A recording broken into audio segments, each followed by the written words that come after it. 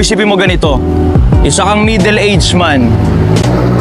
Isa kang young adult na lalaki na nag-eedad 22 years old to 34 years old na nasa mediocre or nasa very average na career. Sa madaling sabi, minimum wage earner, di ba? Or above minimum ng onte.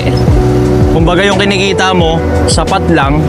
Tapos bilang isang lalaki, yung maka-pull up or yung maka-score ng sasakyan, regardless kung second hand, hulugan, or cash pa yan, yung maka-Roxy or maka-pull up ng sasakyan, ang isa sa mga pangarap na pag natupad mo, talagang tiyempo ka na, di ba?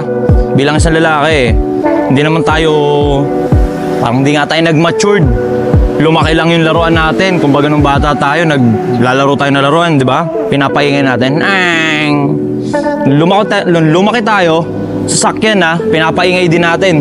Tapos isipin mo ganito, yung pinang down payment mo kung hulugan man yung sasakyan mo, or yung pinang cash mo kung second hand man, or yung pinang cash mo kung brand new man yan, hindi mo naman pinulot sa kanal. Di ba?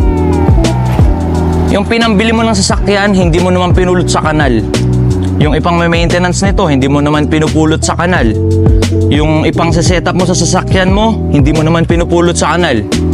Sa madaling sabi, yung pera mo, hindi mo naman pinupulot sa kanal, pero bakit mababaliw ka, tsaka mag-aaksaya ka ng resources sa babaeng pang kanal? Mag-isip-isip ka.